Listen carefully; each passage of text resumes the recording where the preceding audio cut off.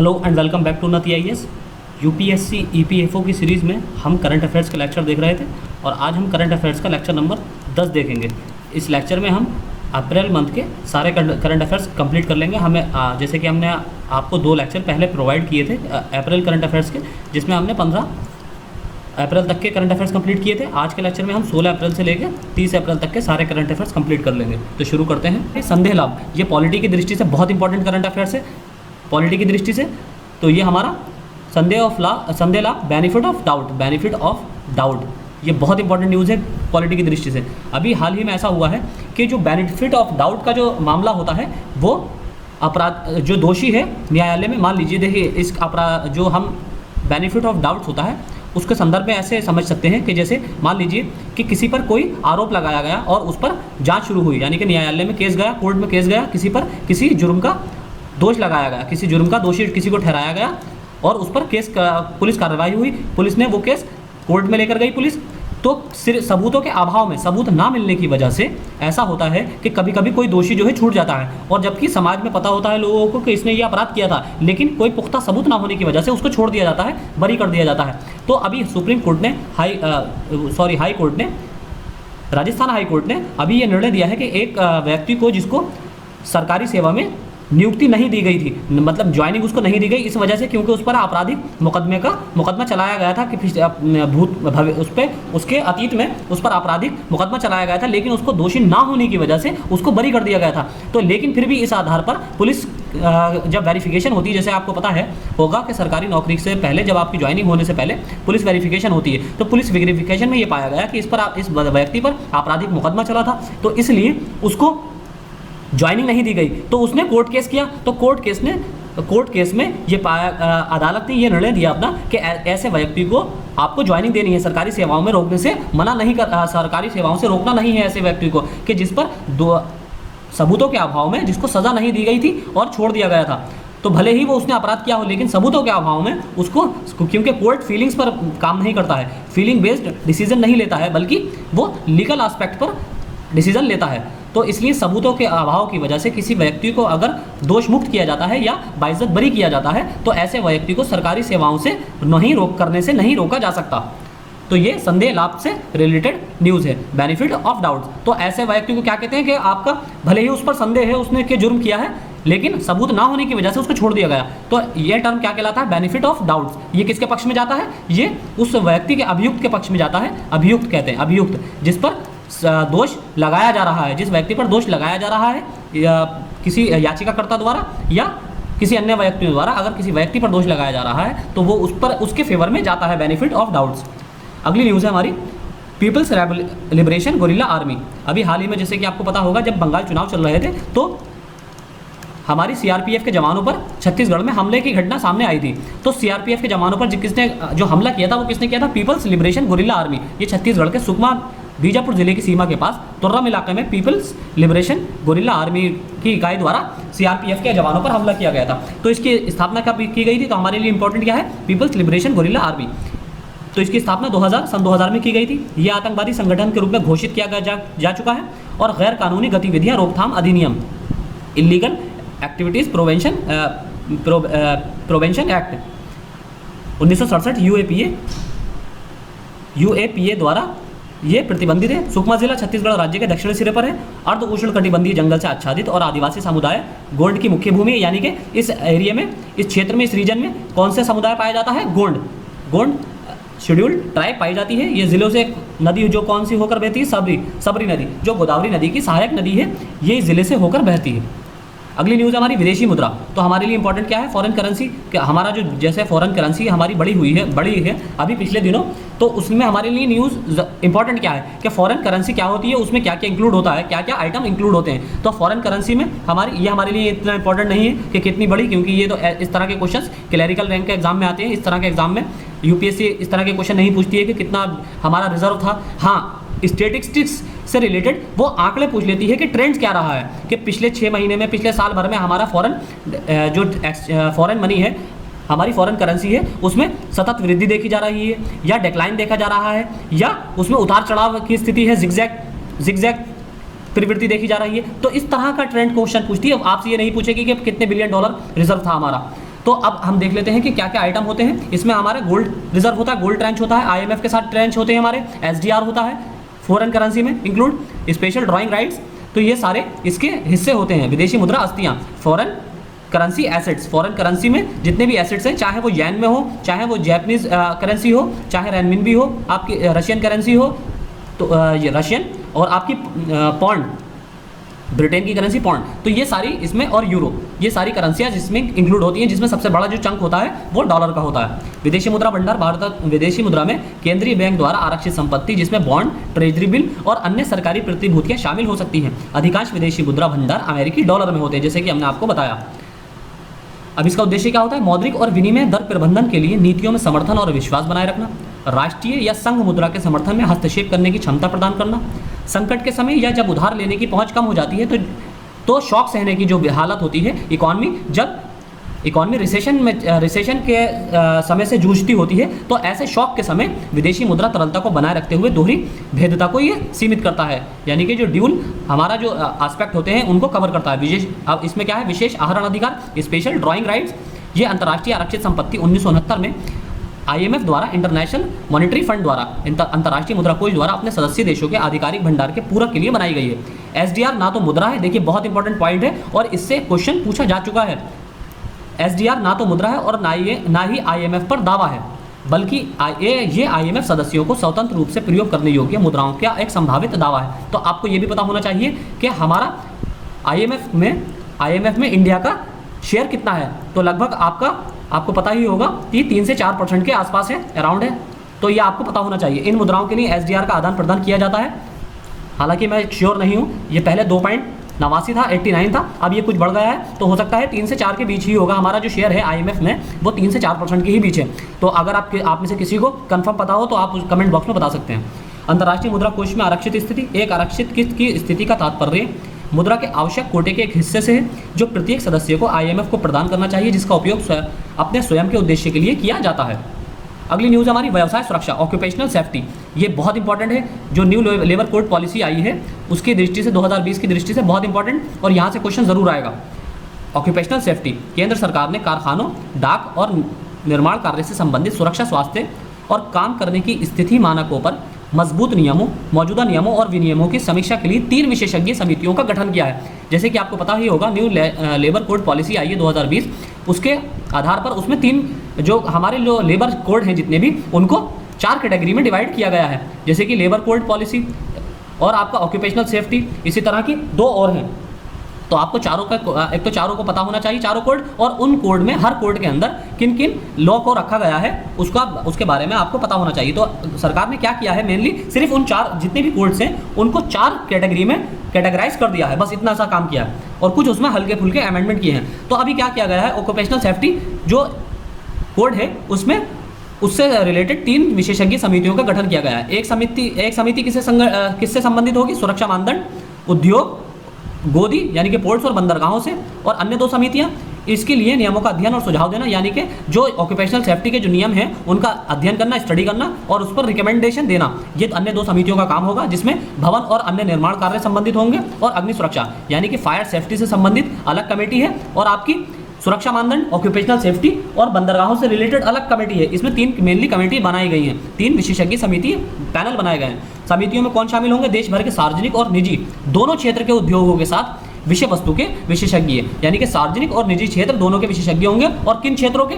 जिसमें भवन और निर्माण कार्यों के, अग्नि फायर सेफ्टी कार्यों के, और आपका उद्योग और पोर्ट्स के कार्यों के सार्वजनिक और निजी क्षेत्र के प्रबंधक इसमें शामिल होंगे।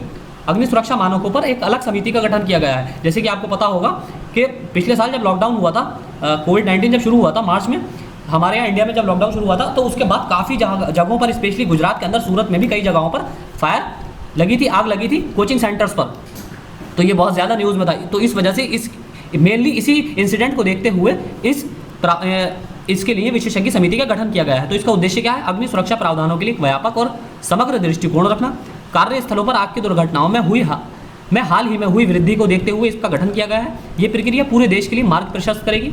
एक समान और अद्यतन मानक यानी कि अपडेटेड स्टैंडर्ड्स की स्थापना करना, जिसमें सुरक्षा और श्रमिकों का स्वास्थ्य इसके केंद्र में होगा। इन समितियों के केंद्र में क्या होगा? सुरक्षा और श्रमिकों का स्वास्थ्य। अगली न्यूज़ है हमारी वायुमंडलीय धूल के कण, यानी कि एनवायरमेंटल डस्ट पार्टिकल्स जो होते हैं उससे रिलेटेड, या आपका साइंस एंड टेक्नोलॉजी से रिलेटेड भी है और आपका एनवायरमेंट से रिलेटेड भी है। साइंस एंड टेक्नोलॉजी से रिलेटेड इसलिए है क्योंकि आपको पता होना चाहिए डस्ट पार्टिकल की परिभाषा क्या होती है।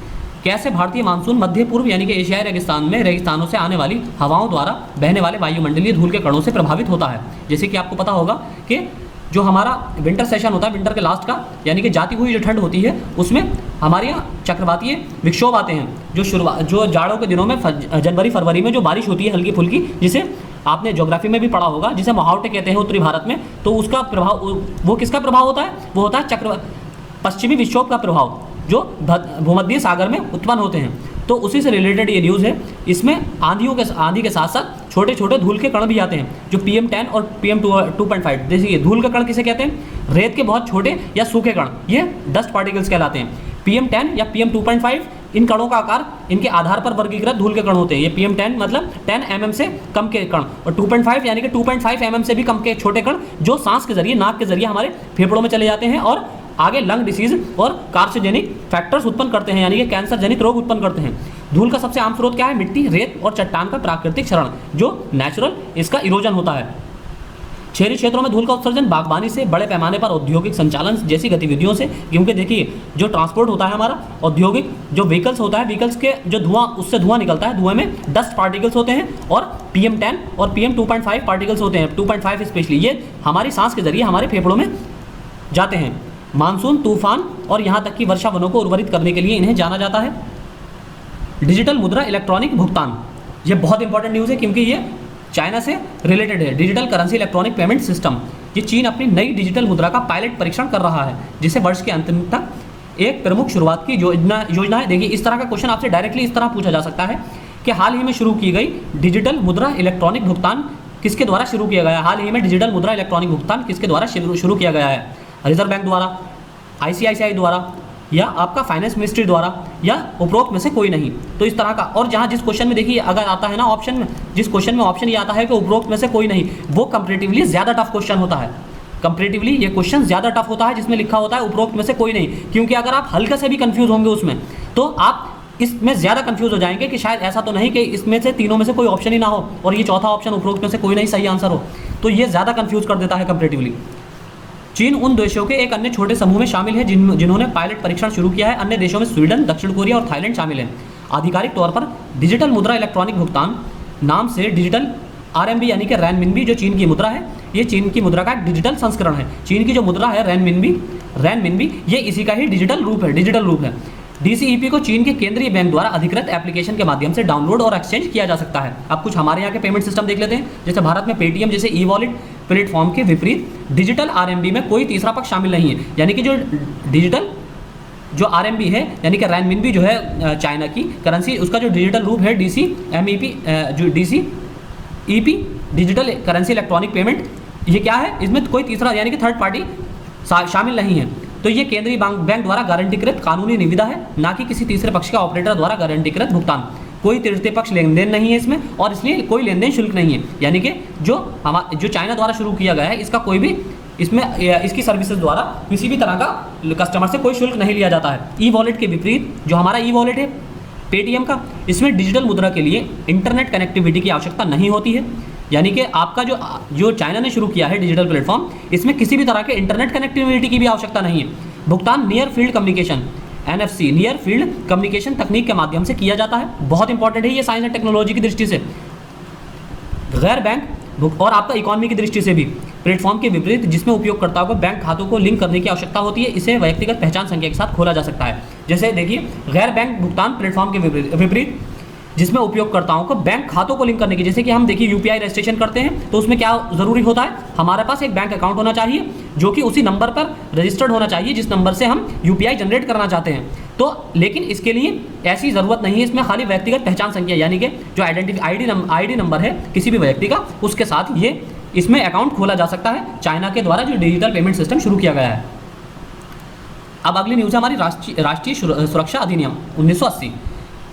अब ये किस लिए इंपॉर्टेंट है? राष्ट्रीय सुरक्षा अधिनियम 1980 को व्यक्तियों के न्यायिक हिरासत में रिहा होने से रोकने के लिए लागू किया गया था। अब देखिए क्या हुआ है, आपने देखा होगा कि पिछले जब से आर्टिकल 370 हटाया गया था जम्मू कश्मीर से, तो उसमें क्या किया था, जितने भी पॉलिटिकल लीडर थे उनको नजरबंद कर दिया गया था, और कुछ पर जो केस थे उनको केस से रिहा होने के बावजूद भी, कोर्ट के ऑर्डर होने के बावजूद भी रिहाई नहीं दी गई थी। तो वो किस बेस पर रिहाई नहीं दी गई थी? वो राष्ट्रीय सुरक्षा अधिनियम के तहत, एनएसए के तहत उनको रिहाई नहीं दी गई थी। एनएसए, इसलिए हमारे लिए एनएसए इंपॉर्टेंट हो जाता है। एनएसए के तहत क्या प्रावधान किया गया है? एनएसए राज्य को सशक्त बनाता है। किस चीज़ के लिए? बिना किसी औपचारिक आरोप के और बिना किसी मुकदमे के किसी व्यक्ति को हिरासत में लेना। तो एनएसए कानून क्या कहता है? एनएसए 1980 क्या कहता है कि अगर किसी व्यक्ति को पर पुलिस को या डिस्ट्रिक्ट मजिस्ट्रेट को शक है, या कप्तान को यानी कि पुलिस कमिश्नर को या एसपी को शक है, तो शक के बिना पर किसी व्यक्ति को गिरफ्तार किया जा सकता है और उसे हिरासत में रखा जा सकता है।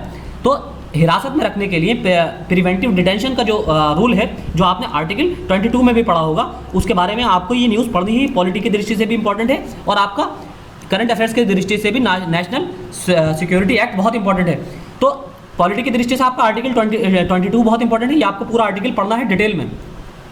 अब ये क्या करता है एनएसए? ये एक निवारक निरोध कानून है, यानी कि ये डिटेंशन के लिए बनाया गया है, ताकि आप एक प्रोएक्टिव एक्शन लेते हुए क्या कर सकता है प्रशासन? प्रोएक्टिव एक्शन लेते हुए कोई भी अपराध होने की संभावना से पहले ही अपराधी को, अगर उसे लगता है कि कोई एक्स व्यक्ति अपराध कर सकता है, तो उसको पहले ही पकड़कर नजरबंद कर सकता है। तो इस आधार इसका मिसयूज भी बहुत ज़्यादा किया जाता है, बल्कि इसका मिसयूज ही 99% किया जाता है। 1% ही केसेस में ऐसा होता है कि ये जो पकड़े गए व्यक्ति होते हैं वो वाकई में कोई अपराध करने जा रहे होते हैं, वरना ज़्यादातर पॉलिटिकल जो सत्ता होती है वो अपने पॉलिटिकल फायदे के लिए इस एक्ट का इस्तेमाल कराती है प्रशासकों से।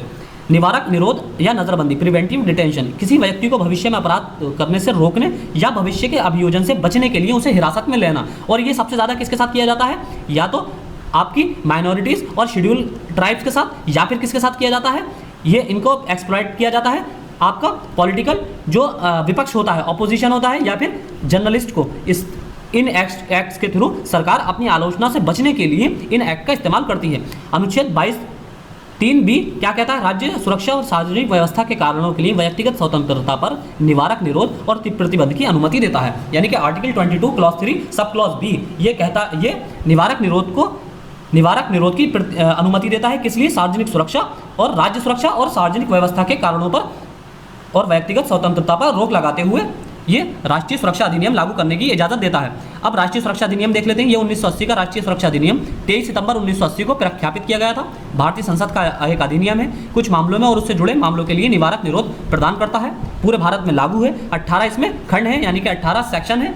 इस अधिनियम में केंद्र सरकार और राज्य सरकारों को किसी व्यक्ति को भारत की सुरक्षा, विदेशों के साथ भारत के संबंधों, सार्वजनिक सुरक्षा व्यवस्था के रखरखाव यानी कि आपका लॉ एंड ऑर्डर, आपूर्ति के रखरखाव के लिए हानिकारक तरीकों से कार्य करने से रोकने के लिए उसे हिरासत में लेने का अधिकार देता है।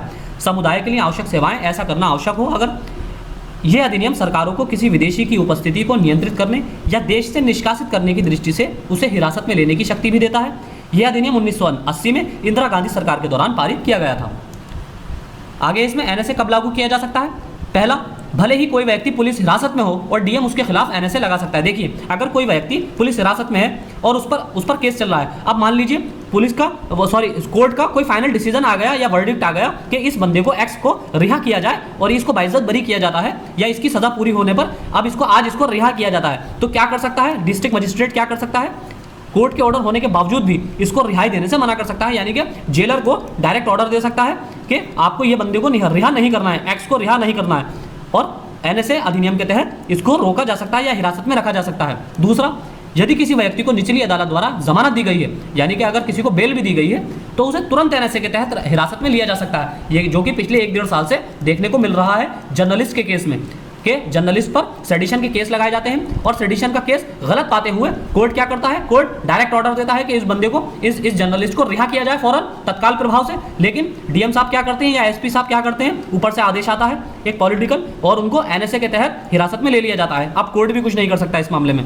तीसरा, अगर व्यक्ति को अदालत ने बरी कर दिया है तो उसी व्यक्ति को एनएसए के तहत हिरासत में लिया जा सकता है, जैसे कि इसी का ही हमने आपको अभी एग्जाम्पल दिया। अगला है न्यूज़ हमारी, मंगल हेलीकॉप्टर इंजेन्युइटी क्या है? ये एक हेलीकॉप्टर है जो कि मंगल ग्रह पर अमेरिका की अंतरिक्ष एजेंसी नासा द्वारा भेजा गया है। तो आपके लिए डायरेक्ट आपसे पूछा जा सकता है हेलीकॉप्टर हेलीकॉप्टर इंजेन्युइटी किसके द्वारा बनाया गया है या इसका उद्देश्य क्या है। तो आपको इसमें यूपीएससी कंफ्यूज कर सकती है। तो ये नासा द्वारा मंगल ग्रह पर भेजा गया एक हेलीकॉप्टर है। ये इंजेन्युइटी 18 फरवरी 2021 से मंगल ग्रह पर स्थित एक छोटे रोबोटिक हेलीकॉप्टर का इसका उद्देश्य पृथ्वी से परे किसी ग्रह पर पहली संचालित वायुमंडलीय उड़ान बनाना है। यानी कि इसका उद्देश्य क्या है, पहली ऑपरेटेड एटमॉस्फेरिक उड़ान। नासा के मार्च 2020 मिशन का हिस्सा है ये। तो इसको आप डिटेल में पढ़ सकते हैं। हम आपको इसकी पीडीएफ टेलीग्राम पर प्रोवाइड कर देंगे, और पिछले लेक्चर्स जो दो तीन लेक्चर्स करंट्स के आए थे और हमारे इकोनॉमी के, उसकी हम पीडीएफ भी आपको टेलीग्राम पर प्रोवाइड कर देंगे। तो आपको याद रखना है, इंजेन्युइटी जो है मंगल ग्रह पर भेजा गया है और नासा द्वारा भेजा गया है, यानी कि मार्स का मिशन है और नासा का मिशन। इसका उद्देश्य क्या है, वायुमंडल में पहली संचालित वायुमंडलीय उड़ान बनाना और भविष्य में उड़ानों को वायुमंडल तक लेकर जाना इसका उद्देश्य है। अगली न्यूज़ हमारी संकल्प से सिद्धि, बहुत इंपॉर्टेंट न्यूज़ है, बहुत इंपॉर्टेंट। जनजातीय मामलों के मंत्रालय द्वारा, पहले इसमें इंपॉर्टेंट फैक्ट क्या है, ये मिनिस्ट्री ऑफ ट्राइबल अफेयर्स द्वारा शुरू की गई है। भारतीय जनजातीय सहकारी विपणन संघ ने किसने शुरू किया है, मिनिस्ट्री ऑफ ट्राइबल अफेयर्स के अंतर्गत ट्राइफेड द्वारा शुरू किया गया है। ट्राइफेड के द्वारा इसे शुरू किया गया है। भारतीय जनजातीय सहकारी विपणन संघ, संकल्प से सिद्धि गांव और डिजिटल कनेक्ट ड्राइव ये लॉन्च किया गया है। संकल्प से सिद्धि ड्राइव क्या है, इसका मुख्य उद्देश्य गांवों में वन धन विकास केंद्र VDV के वन धन विकास केंद्र को सक्रिय बनाना। 150 टीमों, ट्राइफेड और राज्य कार्यान्वयन एजेंसी परामर्श एजेंसियों और भागीदारियों में से प्रत्येक क्षेत्र में से 10 गांवों का दौरा करेंगे। प्रत्येक क्षेत्र के 100 गांव और देश के 1500 गांवों को कवर किया जाएगा। ट्राइफेड के रूप में क्लस्टरिंग के लिए संभावित वन धन विकास केंद्रों और बड़े उद्यमों के रूप में स्फूर्ति इकाइयों की पहचान करना इसका उद्देश्य है। सूक्ष्म लघु और मध्यम उद्योग MSME, micro small and medium enterprises द्वारा पारंपरिक उद्योगों के उत्थान के लिए निधि योजना स्फूर्ति। इन 1500 गांवों में VDV के हमने क्या बताया था, वन धन विकास केंद्र, इसके सक्रिय होने के बाद इस पहल के परिणाम स्वरूप अगले 12 महीनों में 200 करोड़ रुपए की बिक्री का लक्ष्य रखा गया है। टीम आदिवासी कारीगरों और अन्य समूहों की भी पहचान करेगी, उन्हें आपूर्तिकर्ताओं के रूप में सूचीबद्ध करना ताकि वे ट्राइब्स इंडिया नेटवर्क दोनों के माध्यम से बाजारों तक पहुंच बना सके, भौतिक आउटलेट भी और tribesindia.com के माध्यम से भी उनकी बाजारों तक पहुंच स्थापित करना। किसकी, ट्राइबल्स की, आदिवासियों की बाजारों तक पहुंच स्थापित करना इस कार्यक्रम का उद्देश्य है, संकल्प से सिद्धि। अगली न्यूज़ है हमारी अभ्यास ला पेरोस। ला पेरोस किसका अभ्यास है, भारतीय नौसेना का, और किसका, फ्रांस के बाद किया गया है ये। देखिए, भारतीय नौसेना के जहाज़ों INS सतपुड़ा और INS किल्टन के साथ P8I जो लॉन्ग रेंज समुद्री गश्ती विमान इसमें भाग लिया। पहली बार बहुपक्षीय समुद्री अभ्यास ला पेरोस 5 से 7 अप्रैल तक पूर्वी हिंद महासागर क्षेत्र में आयोजित किया गया। अब पश्चिमी हिंद महासागर में निर्धारित भारत फ्रांसीसी नौसेना अभ्यास वरुण के बाद ला पेरोस आयोजित किया गया। देखिए, पश्चिमी हिंद महासागर में इस बार क्या किया गया था, वरुण अभ्यास किया गया था, जो किसके बीच है, हमारे इंडियन नेवी और फ्रेंच नेवी के बीच किया जाता है। और पूर्वी हिंद महासागर में, पूर्वी इंडियन ओशियन में क्या किया गया है, ला पेरोस, जिसमें संयुक्त अरब अमीरात भी भाग लेता है। 2019 में फ्रांस द्वारा शुरू किए गए ला पेरोस संयुक्त अभ्यास के पहले संस्करण में ऑस्ट्रेलिया, जापान और अमेरिका के जहाज शामिल थे। यानी कि इसका जो पहला संस्करण कब आयोजित किया गया था, 2019 में। कौन कौन शामिल था, USA, आपका ऑस्ट्रेलिया और जापान। और इस बार अभ्यास का नाम 18वीं शताब्दी के फ्रांसीसी नौसेना खोजकर्ता के नाम पर रखा गया है। तो ला पेरोस कौन थे, फ्रांसीसी नौसेना के खोजकर्ता। अगली न्यूज़ है हमारी राष्ट्रीय सुपर कंप्यूटिंग मिशन, बहुत इंपॉर्टेंट, क्योंकि आपका कंप्यूटर का भी सेक्शन इंक्लूड है और साथ ही साइंस एंड टेक्नोलॉजी की दृष्टि से भी इंपॉर्टेंट है और इकोनॉमी की करंट अफेयर्स की दृष्टि से भी इंपॉर्टेंट है। ये तीनों ही दृष्टि से ये न्यूज़ बहुत इंपॉर्टेंट है। राष्ट्रीय सुपर कंप्यूटिंग मिशन, भारत राष्ट्रीय सुपर कंप्यूटिंग मिशन के साथ उच्च शक्ति कंप्यूटिंग में तेजी से अग्रणी बन रहा है। तो आप राष्ट्रीय सुपर कंप्यूटिंग मिशन देख लेते हैं। राष्ट्रीय ज्ञान नेटवर्क के साथ एक सुपर कंप्यूटिंग ग्रिड बनाने के लिए उन्हें जोड़कर देश में अनुसंधान क्षमताओं को बढ़ाने के लिए लॉन्च किया गया है। विज्ञान और प्रौद्योगिकी विभाग यानी कि DST, department of science and technology, और इलेक्ट्रॉनिक्स और सूचना प्रौद्योगिकी मंत्रालय, ministry of information and electronics and information technology द्वारा संयुक्त रूप से संचालित उन्नत कंप्यूटिंग विकास केंद्र सीडेक पुणे द्वारा और भारतीय विज्ञान संस्थान Indian institute of science Bengaluru द्वारा कार्यान्वित है। ये 4 प्रमुख संस्थानों में कंप्यूटिंग इंफ्रास्ट्रक्चर पहले ही स्थापित किया जा चुका है और 9 और में स्थापना कार्य तेजी से प्रगति पर चल रहा है। सितंबर 2021 में NSM के दूसरे चरण के पूरा होने से देश की कंप्यूटिंग शक्ति 16 पेंटाफ्लॉप्स हो जाएगी।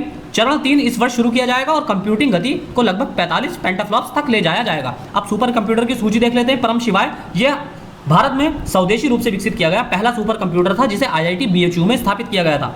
इसे बनाया नहीं था IIT BHU ने। तो ये परम शिवाय इसका नाम था पहले कंप्यूटर का। इसके बाद IIT Kharagpur, IISER Pune, JNCASR Bengaluru और IIT कानपुर में क्रमशः परम शक्ति, परम ब्रह्मा, परम युक्ति, परम संगणक को स्थापित किया गया। अब परम सिद्धि, अब आ रहा लेटेस्ट सुपर कंप्यूटर कौन सा है? परम सिद्धि। ये आपको याद होना चाहिए, परम सिद्धि। ये आर्टिफिशियल इंटेलिजेंस बेस्ड उच्च प्रदर्शन computing, high performance computing, artificial intelligence super computer ने 16 नवंबर 2020 को जारी किए गए दुनिया के शीर्ष 500 सबसे शक्तिशाली कंप्यूटर सिस्टम में 62वीं रैंक इसने हासिल की है। तो ये अभी हमारा सबसे ज़्यादा फास्ट कंप्यूटर है परम सिद्धि। ये परम सिद्धि कैपिटल में लिखा जाता है, परम सिद्धि। तो ये हमारा इस टाइम सबसे फास्टेस्ट कंप्यूटर है। अगली न्यूज़ हमारी ई न्यायालय परियोजना, ई कोर्ट परियोजना।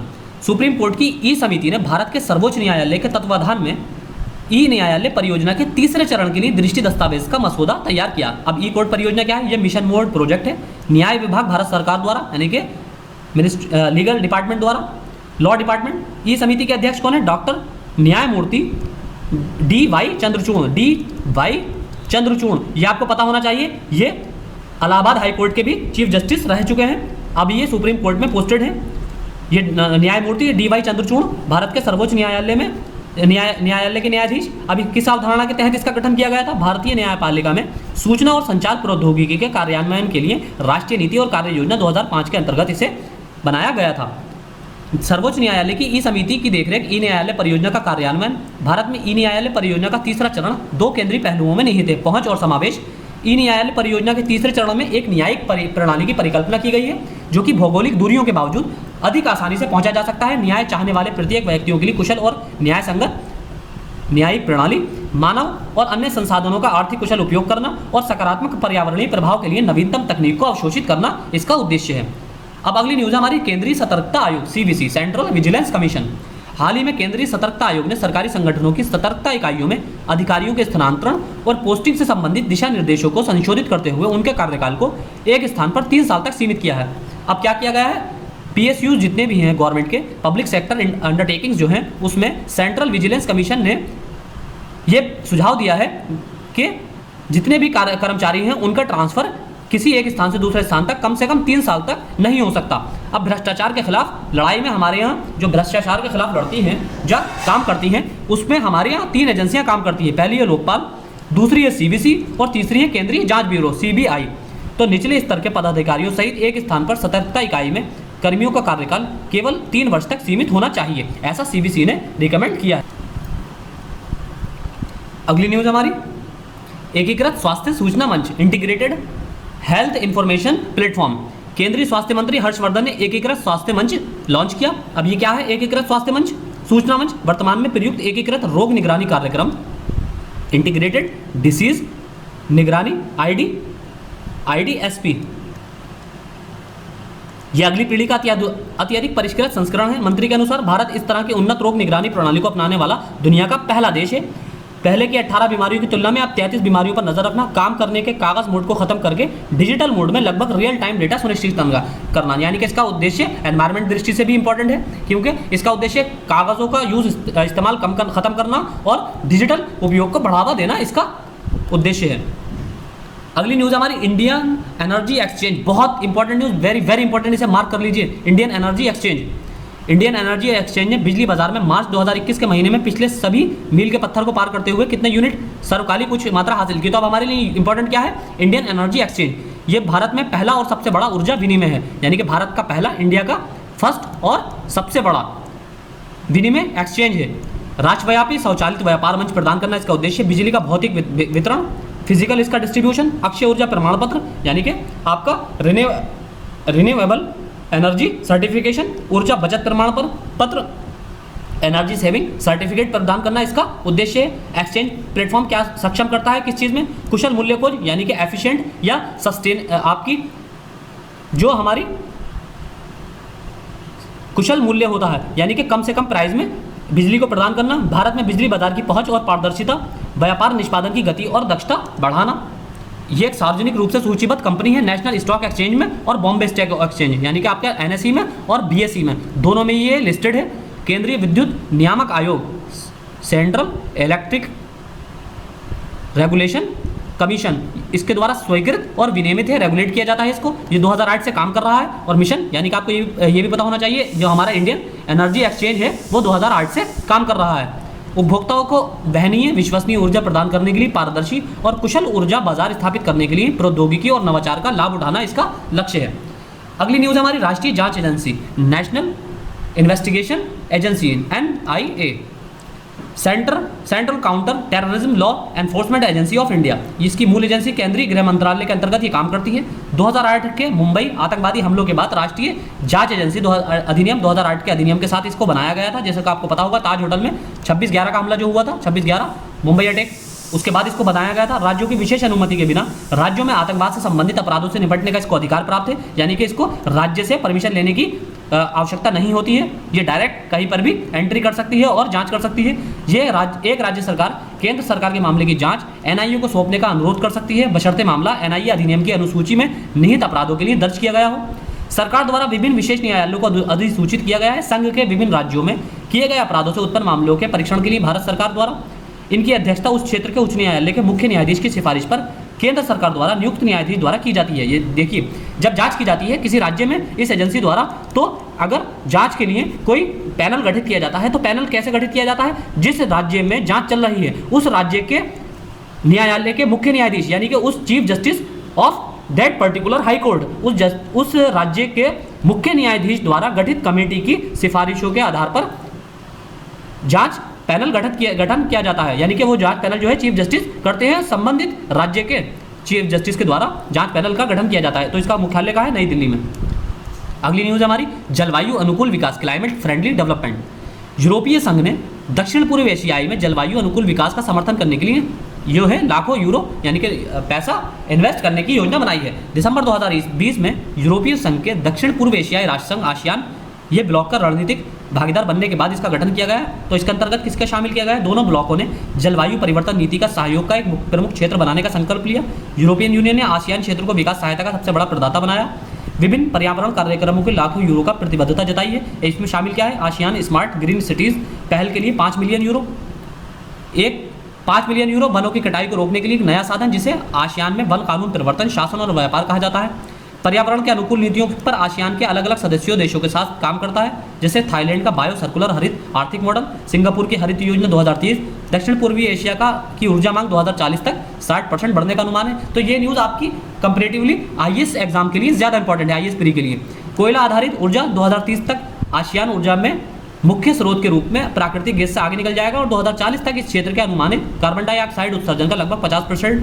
2019 में इस क्षेत्र ने लगभग 332 मिलियन टन कोयले की खपत की, जो एक दशक पहले की खपत से लगभग 2 गुना है। दक्षिण पूर्व एशिया ऊर्जा आउटलुक 2019 के अनुसार यह कार्बन डाइऑक्साइड उत्सर्जन में लगभग 2.5 गीगाटन तक 2/3 वृद्धि में योगदान देगा। अगली न्यूज़ है हमारी ध्वनि प्रदूषण, नॉइज पॉल्यूशन। साइंस की दृष्टि से बहुत इंपॉर्टेंट और एनवायरनमेंट की दृष्टि से भी इंपॉर्टेंट, बल्कि जबकि आपका ये साइंस की दृष्टि से ज़्यादा इंपॉर्टेंट है। लॉकडाउन और आर्थिक गतिविधियों जैसे अंतर्राष्ट्रीय व्यापार के बंद होने के कारण कोविड-19 महामारी के दौरान पृथ्वी की सतह पर ध्वनि प्रदूषण कम हुआ है। अब पानी के नीचे भी लंबे समय तक आवाजाही बंद रही। जहाज़ों की, शिपमेंट्स की, कार्गो की आवाजाही बंद होने की वजह से वहाँ पर ध्वनि प्रदूषण में कमी आई है। महासागरीय ध्वनिकी के 3 व्यापक घटक हैं। पहला है जियोफोनी। अब ये आपको टर्म साइंस की दृष्टि से बहुत इंपॉर्टेंट है, याद रखना। जियोफोनी किसे कहते हैं? गैर जैविक यानी कि नॉन बायोलॉजिकल प्राकृतिक घटनाएं जैसे भूकंप, लहरें और आपका बुदबुदाहट नहीं, ये है सुनामी। सुनामी द्वारा बनाई गई ध्वनियाँ यानी कि सुनामी से, आपके अर्थक्वेक से, और जो वेव लहर जो आती है तरंगे, उसके द्वारा जो ध्वनियाँ होती हैं उसे जियोफोनी कहते हैं। फिर बायोफोनी, समुद्र के जीवित प्राणियों द्वारा बनाई गई ध्वनियाँ। बायोफोनी में कौन सी आती है? मरीन लाइफ यानी कि मरीन जो प्राणी हैं उनके द्वारा जो ध्वनियाँ निकाली जाती हैं या ध्वनियाँ जनरेट की जाती हैं, प्रोड्यूस की जाती हैं, उन ध्वनियों को क्या कहा जाता है? बायोफोनी। देखिए, बायो से मतलब ये है यानी कि बायोलॉजी, आपके किसी जैविक बायोलॉजिकल कैरेक्टर से रिलेटेड है, यानी कि किसी जीवित प्राणी से रिलेटेड है, तो ये आपको आसानी से समझ आ जाएगा कि समुद्र के जीवित प्राणियों द्वारा। और जियोफोनी ये आपका गैर जैविक, नॉन बायोलॉजिकल। अब है निर्विज्ञान, मानव द्वारा बनाई गई ध्वनियाँ, जिसका एक बड़ा हिस्सा शिपिंग शोर है। यानी कि निर्विज्ञान क्या है आपका, ये जो शिपिंग का शोर होता है, जो जहाज निकलते हैं, इनका जो शोर है ये निर्विज्ञान के अंतर्गत आता है। अंतर्राष्ट्रीय शांत महासागर प्रयोग, इंटरनेशनल क्वाइट ओशियन एक्सपेरिमेंट, ये समुद्री जीवों पर ध्वनि के प्रभावों और समुद्री ध्वनियों की समझ में सुधार के लिए अनुसंधान, अवलोकन और मॉडलिंग को बढ़ावा देने के लिए अंतर्राष्ट्रीय वैज्ञानिक कार्यक्रम है। 2015 में शुरू हुआ और 2025 तक चलेगा, इसलिए भी इंपॉर्टेंट है। IQOE टीम ने कोविड-19 महामारी के दौरान बड़ी मात्रा में डेटा एकत्रित किया है, तो इससे पता चला है कि बहुत ज़्यादा ध्वनि प्रदूषण में कमी आई है। अब है अगली न्यूज़, जनजातीय स्वास्थ्य सहयोगात्मक अनामाया, ट्राइबल हेल्थ कॉर्पोरेशन। ये क्या है अनामाया, अनामाया ये एक स्कीम है या एक इनिशिएटिव है। हाल ही में जनजातीय मामलों के मंत्रालय ने वीडियो कॉन्फ्रेंस के माध्यम से जनजातीय स्वास्थ्य सहयोगात्मक ट्राइबल्स हेल्थ कॉर्पोरेशन अनामाया, इस सहयोग का नाम है अनामाया। तो यह आपको याद रखना है। हाल ही में चर्चा में रहा अनामाया क्या है, इस तरह का क्वेश्चन आपसे पूछा जाएगा। 2018 में एक विशेषज्ञ समिति ने भारत में जनजातीय स्वास्थ्य पर एक रिपोर्ट जारी की, जिसमें जनजातीय स्वास्थ्य के मुद्दों और चिंताओं पर प्रकाश डाला गया। अनामाया क्या है, सरकारों, परोपकारी, राष्ट्रीय और अंतर्राष्ट्रीय फाउंडेशनों, गैर सरकारी संगठनों, समुदाय आधारित संगठनों के साथ एक साथ लाने की पहल है ये, यानी कि इन सबको एक साथ लाने की पहल। भारत के जनजातीय समुदायों के बीच सभी रोकी जाने वाली मौतों को समाप्त करना इसका उद्देश्य है। अगली न्यूज़ है हमारी कॉपीराइट संशोधन नियम, बहुत इंपॉर्टेंट है, अकाउंट्स की दृष्टि से भी इंपॉर्टेंट है ये अकाउंट्स की दृष्टि से भी आपके इंपॉर्टेंट है। भारत सरकार ने कॉपीराइट संशोधन अधिनियम अधिसूचित किया है। कॉपीराइट व्यवस्था द्वारा शासित कॉपीराइट अधिनियम 1957 और कॉपीराइट अधिनियम 2013 के अंतर्गत कॉपीराइट अधिनियम 2013 अंतिम बार 2016 में संशोधित किया गया। अब जो संशोधन किया गया है उसका क्या उद्देश्य है, मौजूदा नियमों को अन्य प्रासंगिक विधानों के साथ समानता में लाना। कॉपीराइट जर्नल के प्रकाशन के संबंध में एक नया प्रावधान शामिल किया गया है। राजपत्र में प्रकाशन की आवश्यकता को समाप्त करना, जर्नल कॉपीराइट कार्यालय की वेबसाइट पर उपलब्ध होगा। अब नए प्रावधान क्या पेश किए गए हैं, जवाबदेही और पारदर्शिता को प्रोत्साहित करना, अवितरित रॉयल्टी राशियों से निपटना, रॉयल्टी का संग्रहण और वितरण करते समय इलेक्ट्रॉनिक और पता लगाने योग्य भुगतान विधियों का उपयोग, कॉपीराइट समितियों को प्रत्येक वित्तीय वर्ष के लिए वार्षिक पारदर्शिता रिपोर्ट तैयार करने और सार्वजनिक करने की आवश्यकता होगी। संशोधनों ने वित्त अधिनियम 2017 के प्रावधानों के साथ कॉपीराइट नियमों का सामंजस्य स्थापित किया है, जिससे कॉपीराइट बोर्ड को अपीलीय बोर्ड के साथ मिला दिया गया है। तो अगली न्यूज़ हमारी पोस्ट मैट्रिक छात्रवृत्ति योजना। पोस्ट मैट्रिक छात्रवृत्ति योजना सामाजिक न्याय और अधिकारिता मंत्री द्वारा अनुसूचित जाति के लिए, दोनों इंपॉर्टेंट है, किसके द्वारा शुरू की गई है, ministry of social justice and empowerment.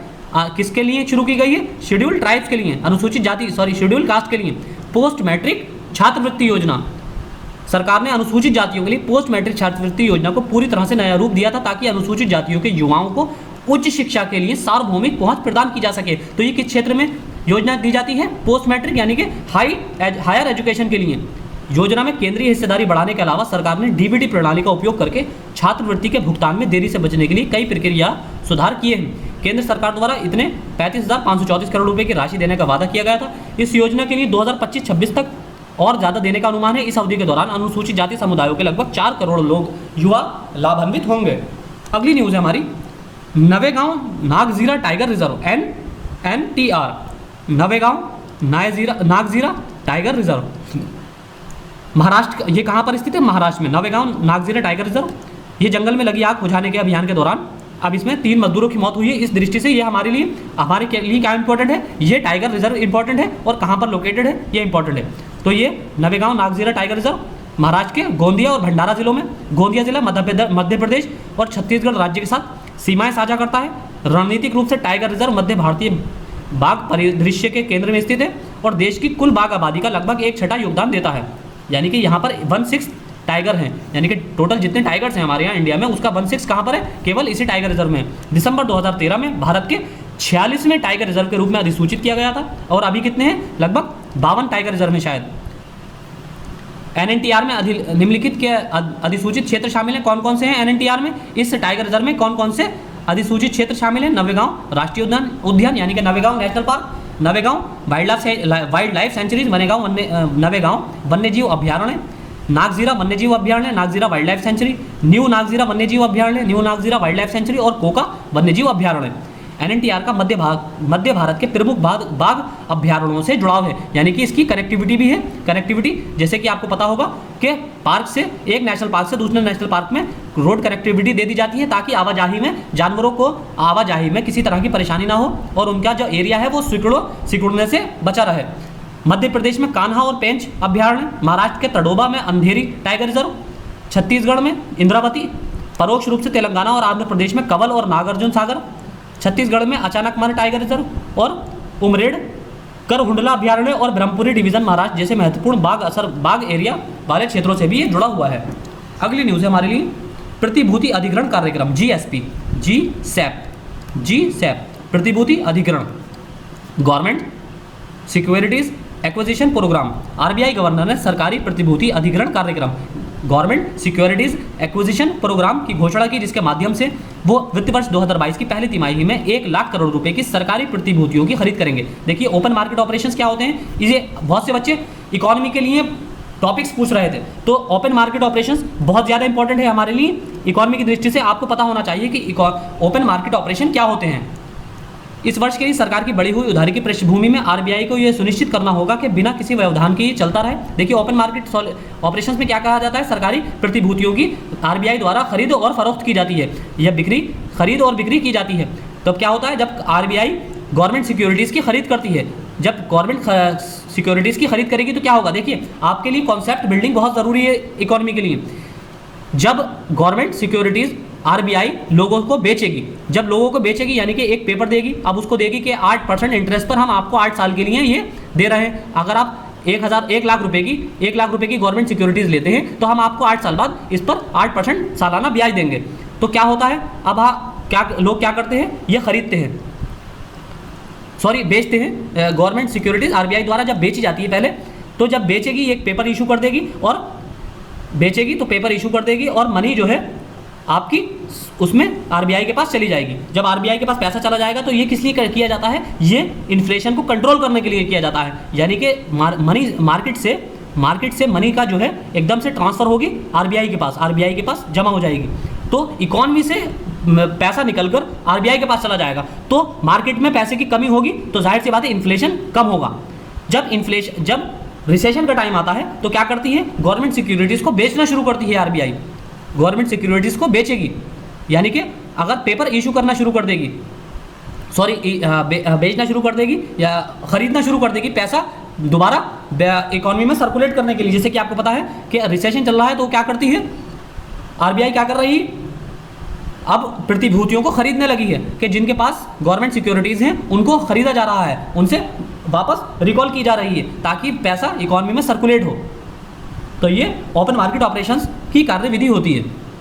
अगली न्यूज़ है हमारी टीका उत्सव, टीकाकरण उत्सव, जैसे कि वैक्सीनेशन प्रोग्राम के तहत शुरू किया गया था। तो आपको ये याद रखना है कि ये किसके जन्म उत्सव पर शुरू किया गया है, और ये 2 दृष्टि से इंपॉर्टेंट है। एक तो आपका इस दृष्टि से कि आपका करंट अफेयर्स की दृष्टि से, दूसरा ये इंडियन नेशनल मूवमेंट की दृष्टि से इंपॉर्टेंट है क्योंकि ये महात्मा ज्योतिराव फूले की 11 अप्रैल की जयंती से 14 अप्रैल 2021 को बाबा साहब अम्बेडकर की जयंती, दोनों ही नेताओं का हमारे यहाँ इंडियन नेशनल मूवमेंट में बहुत योगदान है, मॉडर्न हिस्ट्री में बहुत योगदान है। तो आपको इन दोनों के बारे में डिटेल नॉलेज होनी चाहिए कि इन्होंने किन किन पत्रिकाओं को जारी किया, इनका कॉन्स्टिट्यूशन की मेकिंग में क्या योगदान था, बाबा साहब भीमराव अम्बेडकर का, ज्योतिराव फूले का क्या योगदान था, समाज सोशल वेलफेयर की दृष्टि से इन्होंने कौन कौन सी पत्रिकाएँ जारी की, इनका महाराष्ट्र में क्या किस तरह का योगदान था, इन्होंने कौन कौन सी सभाएँ बनाई, कौन कौन सी किन किन राजनीतिक संगठनों का गठन किया, तो ये आपको पता होना चाहिए इनके बारे में। तो 4 दिवसीय महोत्सव का उद्देश्य क्या था, प्राथमिक समूहों के लिए अधिक से अधिक लोगों का टीकाकरण करना, कोविड-19 वैक्सीन का शून्य अपव्यय, यानी कि बहुत सी, जैसे आपको पता होगा न्यूज़ में पता चला होगा कि बहुत सी जो वैक्सीन थी वो कूड़े में पड़ी हुई पाई गई और बहुत सी एक डोज देने के बाद पूरी वैक्सीन की शीशियाँ फेंक दी गई। तो ज्योतिराव फूले के बारे में आपको पता होना चाहिए और इनके बारे में भीमराव अम्बेडकर जी के बारे में आपको पता होना चाहिए। भारतीय सामाजिक कार्यकर्ता थे, विचारक थे, जाति विरोधी समाज सुधारक और महाराष्ट्र के लेखक। इन्हें ज्योतिबा फूले के नाम से भी जाना जाता है। इनकी विचारधारा किस पर आधारित थी, स्वतंत्रता, समतावादी और समाजवाद। सैन्य अभ्यास शांतिर अग्रसेना, बांग्लादेश में 10 दिनों तक चलने वाला बहुराष्ट्रीय सैन्य अभ्यास शांतिर अग्रसेना आपको पता होगा, बंगाली जो लोग जो हैं वो इसी तरह बोलते हैं, अग्रसेना। 12 अप्रैल 2021 को संपन्न। 2021 में भारत और बांग्लादेश के बीच राजनयिक संबंधों की 50वीं वर्षगांठ। इस अभ्यास का आयोजन बांग्लादेश के राष्ट्रपिता बंगबंधु शेख मुजीबुर रहमान की जन्म शताब्दी के उपलक्ष्य में और बांग्लादेश की मुक्ति की स्वर्ण जयंती मनाने के लिए किया गया। ये बंगबंधु सेना निवास बांग्लादेश में आयोजित किया गया था। अब शांति और अग्रसेना 2021 का क्या अर्थ है? शांति का अग्रदूत। इस अभ्यास का विषय प्रभावी शांति अभियानों को सुनिश्चित करने के लिए रक्षा संबंधों को मजबूत करना, पड़ोसी देशों के बीच अंतर संचालन को बढ़ाना, ये एक संयुक्त राष्ट्र अनिवार्य आतंकवाद विरोधी अभ्यास था। भारत, बांग्लादेश, भूटान, श्रीलंका के सैनिकों ने संयुक्त राज्य अमेरिका, ब्रिटेन, रूस, तुर्की, सऊदी अरब, कुवैत, सिंगापुर के पर्यवेक्षकों के साथ अभ्यास में भाग लिया। अगली न्यूज़ है ई शांता, बहुत इंपॉर्टेंट न्यूज़, बहुत वेरी वेरी इंपॉर्टेंट, मार्क कर लीजिए। केंद्रीय वाणिज्य और उद्योग मंत्री ministry of commerce and industry ने ई शांता नाम के एक इलेक्ट्रॉनिक प्लेटफॉर्म का उद्घाटन किया। ई शांता क्या है? इलेक्ट्रॉनिक प्लेटफॉर्म है। किसके द्वारा शुरू किया गया है? Ministry of commerce and industries. इसका उद्देश्य क्या है? एक्वा किसानों को खरीदारी से जोड़ना, यानी कि एक्वा किसान जो होते हैं, एक्वा कल्चर जो करते हैं, उनको बाजार से जोड़ना, किसानों को खरीदारों से जोड़ना। ई शांता ने जलीय कृषि में किसानों के व्यापार को बढ़ावा देने के लिए इलेक्ट्रॉनिक समाधान बनाया है। National centre for sustainable aqua culture, इसका नाम क्या है पूरा? National centre for sustainable aqua culture. बाजार विभाजन को समाप्त करने के लिए डिजिटल पुल है। बिचौलियों को समाप्त करने और किसानों और खरीदारों के बीच एक वैकल्पिक विपणन उपकरण के रूप में कार्य करना। किसान अपनी उपज को स्वतंत्र रूप से सूचीबद्ध कर सकते हैं और अपनी कीमत लगा सकते हैं कि निर्यातकों को अपनी आवश्यकताओं को सूचीबद्ध करने की इसमें स्वतंत्रता है। और क्या है इसमें? वांछित आकार, स्थान, कटाई की तारीख आदि जैसी अन्य आवश्यकताओं के आधार पर उत्पादों का चयन करना। प्लेटफॉर्म कई भाषाओं में उपलब्ध है, जिससे स्थानीय आबादी को मदद मिलेगी। अब ई शांता क्या है?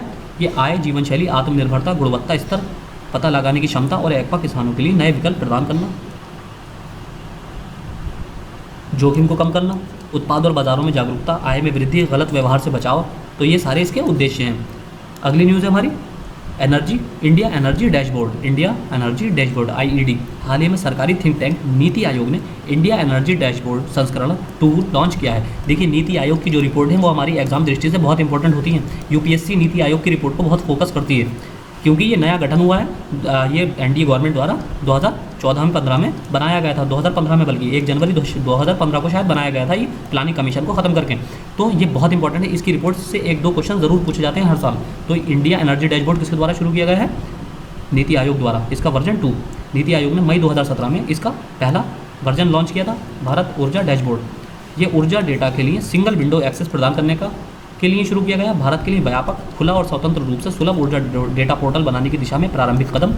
केंद्रीय विद्युत प्राधिकरण, कोयला नियंत्रक संगठन और पेट्रोलियम और प्राकृतिक गैस मंत्रालय द्वारा प्रकाशित प्रदान किए गए ऊर्जा डेटा को डैशबोर्ड में संकलित किया जाता है। तो अगली न्यूज़ है हमारी इंडियन राइनो विजन 2020। तो इंडियन राइनो विजन 2020, ये असम के मानस नेशनल पार्क में 2 गैंडों को स्थानांतरण के साथ इंडियन राइनो विजन 2020 कार्यक्रम समाप्त हुआ है हाल ही में। तो IRV 2020 के साथ राइनो ट्रांसलोकेशन का 8वां दौर था। ये क्या है? इंडियन राइनो विजन 2020, 2005 में लॉन्च। 2020 तक भारतीय राज्य असम में 7 संरक्षित क्षेत्रों में फैले कम से कम 3000 से अधिक एक सींग वाले गैंडों को जंगली आबादी प्राप्त करने का महत्वाकांक्षी प्रयास, जंगल से जंगल स्थानांतरण का एक अनिवार्य हिस्सा। ये काजीरंगा नेशनल पार्क जैसे घनी आबादी वाले पार्कों में से गैंडों को स्थानांतरित करना, जिन्हें मानस नेशनल पार्क जैसी अधिक गैंडों की आवश्यकता है। 7 संरक्षित क्षेत्र हैं इसमें: काजीरंगा, पौबितोरा, औरंग, मानस, लाओखोवा वन्यजीव, बुराचापोरी वन्यजीव और दिब्रू सईखोवा वन्यजीव। तो विभिन्न संगठनों के बीच सहयोगात्मक प्रयास था। ये किसके द्वारा शुरू किया गया था? Indian rhino project, international rhino foundation, Assam का वन विभाग द्वारा, बोडोलैंड प्रादेशिक प्रदेश, वर्ल्ड लाइफ फंड भारत और US fish and wildlife service, इन 3 के द्वारा शुरू किया गया था। अब मानस, ये स्कीम है ये एक मानस इनिशिएटिव है। मानसिक स्वास्थ्य और सामान्यता वृद्धि प्रणाली, mental health and normalcy augmentation system. ये हाल ही में भारत सरकार ने सभी आय समूहों में मानसिक स्वास्थ्य को बढ़ावा देने के लिए मोबाइल ऐप शुरू किया है। मानस क्या है? एक मोबाइल ऐप है। किस चीज़ से संबंधित है? ये मानसिक स्वास्थ्य से संबंधित है। ये आपको ध्यान में रखना है एकदम। मानस प्रधानमंत्री विज्ञान प्रौद्योगिकी और नवाचार सलाहकार परिषद द्वारा राष्ट्रीय कार्यक्रम के रूप में अनुमोदित है। ये PMSTIC एक व्यापक परिषद है। PM स्टैक, ये हमने जो स्कीम है ये हमने सोशल सेक्टर स्कीम्स के लेक्चर्स में भी कवर की है। ये प्रधान वैज्ञानिक सलाहकार कार्यालय की सुविधा प्रदान करता है। विशिष्ट विज्ञान और प्रौद्योगिकी डोमेन में स्थिति का आकलन करता है। स्थिति में चुनौतियों का समझना, विशिष्ट हस्तक्षेप तैयार करना, भविष्य का रोडमैप विकसित करना और तदनुसार प्रधानमंत्री को सलाह देना इसका उद्देश्य है। किसके द्वारा विकसित है? राष्ट्रीय मानसिक स्वास्थ्य और तंत्रिका विज्ञान संस्थान बेंगलुरु द्वारा। सशस्त्र बल मेडिकल कॉलेज पुणे, उन्नत कंप्यूटर के विकास के केंद्र सीडैक बेंगलुरु और सभी आयु वर्ग के लिए समग्र भलाई का खान पान मानस की का प्रारंभिक संस्करण 15 से 35 वर्ष की आयु वर्ग में सकारात्मक मानसिक स्वास्थ्य को बढ़ावा देने पर केंद्रित है। यानी कि इसका जो पहला फेज़ है, फर्स्ट फेज़, उसका उद्देश्य क्या है? 15 से 35 वर्ष के आयु के लोगों को मानसिक स्वास्थ्य यानी कि मेंटल हेल्थ पर बढ़ावा देना। उद्देश्य एक स्वस्थ और खुशहाल समुदाय का निर्माण करना, स्वस्थ और आत्मनिर्भर भारत के निर्माण के लिए अपनी जन्मजात क्षमता को पोषित करना। मानस का आदर्श वाक्य उत्तम मन सक्षम जन, ये इसका आदर्श वाक्य है यानी कि मोटो। अगली न्यूज़ है हमारी बाल और श्रम, जबरन श्रम, child labour and force labour. हाल के एक अध्ययन में भारत में विशेष रूप से गन्ना उत्पादक राज्यों बिहार, कर्नाटक, महाराष्ट्र, पंजाब, उत्तर प्रदेश के लिए बाल श्रम और जबरन श्रम का ये सोशल सेक्टर, सोशल सिक्योरिटी से रिलेटेड बहुत इंपॉर्टेंट न्यूज़ है। इसमें मुद्दा उठाया गया है। अध्ययन संयुक्त राष्ट्र विकास कार्यक्रम UNDP द्वारा किया गया है और कोका कोला कंपनी द्वारा किया गया है। अधिकारियों ने कम उम्र के बाल श्रम को क्षेत्र में माता पिता को मदद करने वाले बच्चों के रूप में छूट दी है। यानी कि अभी हाल ही में क्या किया गया है, UNDP और कोका कोला कंपनी द्वारा जो सर्वे किया गया है उसमें बाल श्रम के रूप में किन लोग बच्चों को छूट दी गई है? जो माता पिता का काम में हाथ बटाते हैं। तो अब बाल श्रम को अब परिभाषाएं देख लेते हैं। बाल श्रम से रिलेटेड ऐसे काम के रूप में परिभाषित किया गया है जो बच्चों को उनके बचपन, उनकी क्षमता और उनकी गरिमा से वंचित करता है और ये शारीरिक और मानसिक विकास के लिए हानिकारक है। तो इसमें ये बाल श्रम की परिभाषा है। इंटरनेशनल डेफिनेशन, जबरन श्रम यानी कि फोर्स लेबर सभी कार्य या सेवा के रूप में परिभाषित किया गया है जो किसी भी व्यक्ति को किसी भी दंड के खतरे के तहत लिया जाता है और जिसके लिए उक्त व्यक्ति ने स्वेच्छा से खुद को पेश नहीं किया गया है। यानी कि ऐसा कोई भी कार्य, चाहे वो अच्छा हो या बुरा, जिसमें उसको किसी बच्चे को ज़बरदस्ती इस्तेमाल किया गया है। जबरन श्रम में शामिल है दास्ता और दास्ता के समान व्यवहार और साथ ही बंधुआ मजदूरी या ऋण बंधन, बाउंडेड लेबर भी इसमें शामिल है। अब बंधुआ मजदूरी वो प्रथा जिसमें नियोक्ता ऋण चुकाने के लिए कम मजदूरी पर काम करने वाले श्रमिकों को उच्च ब्याज ऋण देते हैं। अगली न्यूज़ है, इसी में है हमारा बाल श्रम निषेध और विनियमन संशोधन अधिनियम 2016। 14 साल से कम उम्र के बच्चों को किसी भी व्यावसायिक उद्यम में रोजगार देना गैर कानूनी। किशोरों को रासायनिक संयंत्रों और खानों जैसी यानी कि माइंस जो होती है, कोल माइंस या और भी तरह की माइंस जैसी खतरनाक कार्य स्थितियों से निपटने वाले व्यवसाय में रोजगार पर रोक लगाना। बच्चे केवल स्कूल के घंटों के बाद या छुट्टियों के दौरान काम कर सकते हैं और बच्चों को परिवार के स्वामित्व वाले सुरक्षित क्षेत्रों में काम करने की अनुमति है। यानी कि बच्चे सिर्फ स्कूल टाइम के बाद ही काम कर सकते हैं, यानी कि इवनिंग में, और वो भी किन जगहों पर? सिर्फ फैमिली के अंदर काम कर सकते हैं। किसी की फैमिली में कोई काम कर सकते हैं परिवार वाले के स्वामित्व वाले सुरक्षित क्षेत्रों में। अगली न्यूज़ है हमारी क्षेत्रीय व्यापार समझौता RTA, regional trade agreement RTA। Singapore के विदेश मंत्री ने रायसीना डायलॉग के 6ठे संस्करण को संबोधित करते हुए भारत को क्षेत्रीय व्यापक आर्थिक भागीदारी और ट्रांस पैसिफिक पार्टनरशिप के लिए व्यापक और प्रगतिशील समझौते जैसे क्षेत्रीय व्यापार समझौते के अपने रुख का पुनर्मूल्यांकन करने का सुझाव दिया।